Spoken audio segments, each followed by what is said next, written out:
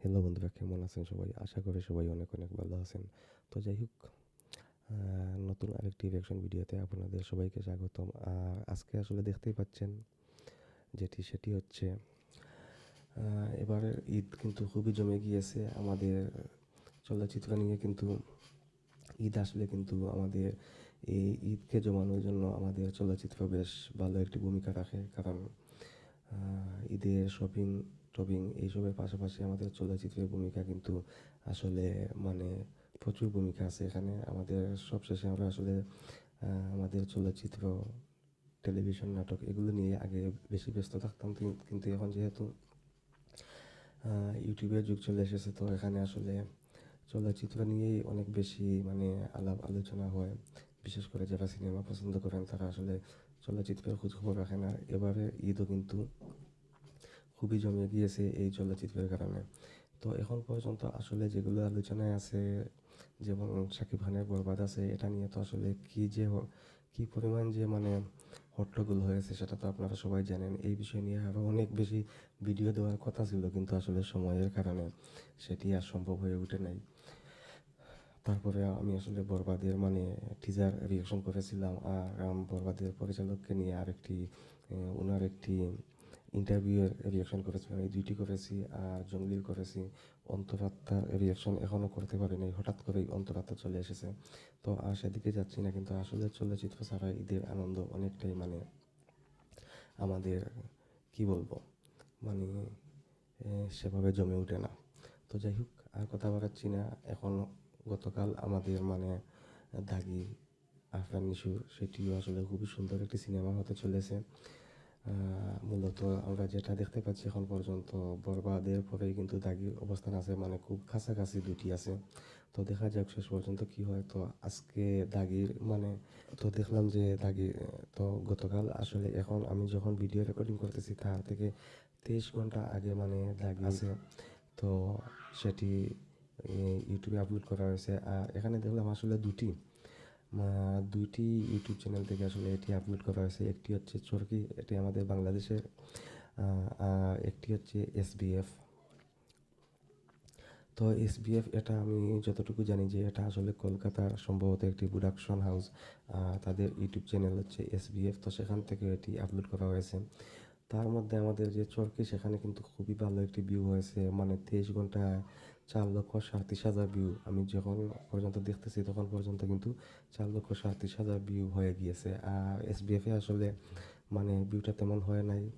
দেখতে পাচ্ছি যে 35K 35,000 ভিউ হয়েছে। তো আসলে দুটি চ্যানেল থেকে কেন আপলোড করা হলো? একটি চ্যানেল থেকে আপলোড করলেই কিন্তু যথেষ্ট ছিল। তো যাই হোক, দুটি চ্যানেল থেকে আপলোড করা হয়েছে। তো আমি আর কথা বাড়াচ্ছি না। মাত্র 2 মিনিট 27 সেকেন্ডের এই ট্রেলারটি আমার কাছে মনে হয় যে একটু বেশি হয়ে গিয়েছে। 2 মিনিটের মধ্যে কিন্তু ট্রেলারটি শেষ করার প্রয়োজন ছিল, যদিও আমি এখনও দেখিনি। তো এখন আমি দেখবো। আর বেশি কথা বলে লাভ নেই, কারণ সময় অনেক কম, তাড়াতাড়ি তো কাজ করতে হবে। তো আমি মনে করি যে কথা না বাড়িয়ে আমরা চলুন তাকে অফিসিয়াল ট্রেলার এটি দেখে নিই। আর আরেকটি কথা বলে নিই, সেটি হচ্ছে আমি যে ভিডিওটি রিঅ্যাকশন করতেছি, তো সেটি অবশ্যই আমি আমার এই ভিডিওর লিঙ্কে দিয়ে দিব। আপনারা চলে সেখান থেকেও দেখে নিতে পারেন। আর আমার এই চ্যানেলটি অনেক ছোটো, তো আপনারা অনেক অনেক ভালোবাসা দিয়ে আমি মনে করি যে আমার চ্যানেলটিও আপনারা বড় করে নেবেন। তো যাই হোক, কথা না বাড়িয়ে চলুন। আসলে কথা আমি অনেক বেশি বলে ফেলি, এটা ঠিক না। তো যাই হোক, চলুন দেখে নিই। প্রথমে আগুনের ওই অপরাধ বোধের একটা পাথর না, বুকের ভিতরে একবারে চাপ দিয়ে ধরে থাকে। খুলনার মধ্যে আগুন জ্বলতেছে। এটি ওই অপরাধ বোধের একটা পাথর না, বুকের ভিতরে একবারে চাপ দিয়ে ধরে থাকে। কুকুর কি আছে? এই 14টা বছর আমি আল্লাহর কাছে একটা দোয়াই করছি, সবাই যেন আমারে মাফ করে দেয়।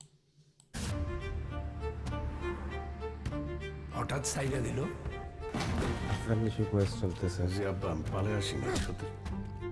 আইনের শাস্তি ভোগ করছে সে, কিন্তু সমাজের হিসাব বাকি আছে। আমি চাই না একজন দাগির পরিচয়ে পরিচিত হোক। আমি আমি চাই না দাগির পরিচয়ে পরিচিত হোক। আসলে এখানে গল্পের খুবই মানে গুরুত্বপূর্ণ একটি মেসেজ আছে এখানে। গল্পটি আসলে অনেক মানে স্ট্রং একটি গল্প আছে, সেটা বোঝাই যাচ্ছে। দিস ঈদ উল ফিতর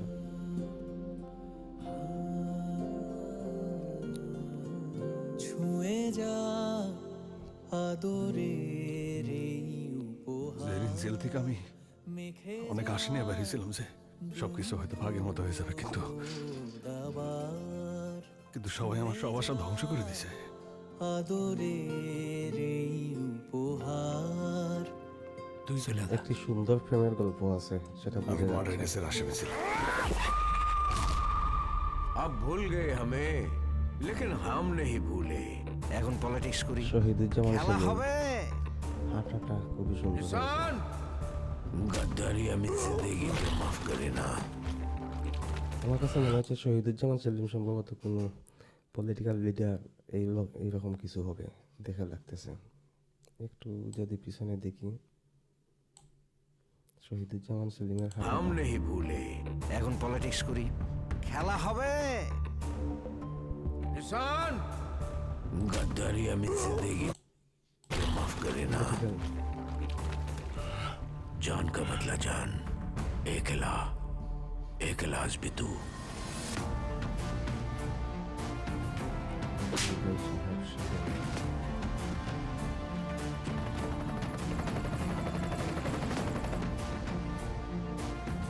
ক্ষমা চাইতে অনেক সাহস লাগে, অনেক ক্ষমতাশালী পতন হয়েছে ক্ষমা চাই নাই বলে।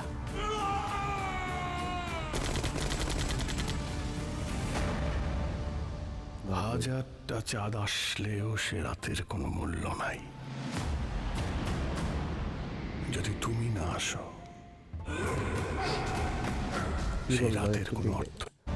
আর একটু শুনো। হাজারটা চাঁদ আসলেও সে রাতের কোনো মূল্য নাই হাজারটা চাঁদ আসলেও সে রাতের কোনো মূল্য নেই যদি তুমি না আসো। যদি তুমি না আসো সেই রাতের কোনো অর্থই নাই। দাগি আসছে ঈদের দিনে আপনার কাছে সিনেমা হলে।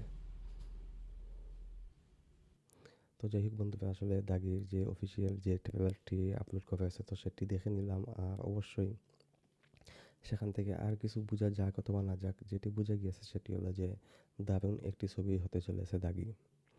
আর এবারে ঈদে আসলে যে ছবিগুলোই আসছে সবগুলোই কিন্তু খুবই সুন্দর সুন্দর ছবি আসতেছে। গল্প এবং মেকিং সব দিক দিয়ে কিন্তু একটা আছে অন্যটি টান। আসলে বিশেষ করে আমি যদি বরবাদ, দাগি, জঙ্গলি এই তিনটাকে রাখি তাহলে কিন্তু মোটামুটি কাছাকাছি। যদিও বরবাদ অনেক বড় বাজেটের ছবি, তো বরবাদ বাদে যদি এগুলোকে রাখি তাহলে খারাপ চেয়ে কেউ কিন্তু কম না। তো যাই হোক, এই বিষয়ে আর কথা বলতেছি না।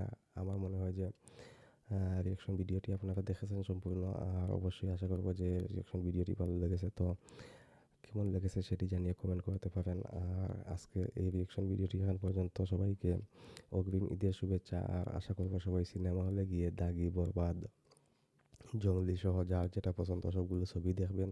তো রিয়াকশন ভিডিও এখন পর্যন্তই, দেখা হবে নেক্সট রিয়াকশন ভিডিওতে। সবাই ভালো থাকুন, আল্লাহ হাফিজ।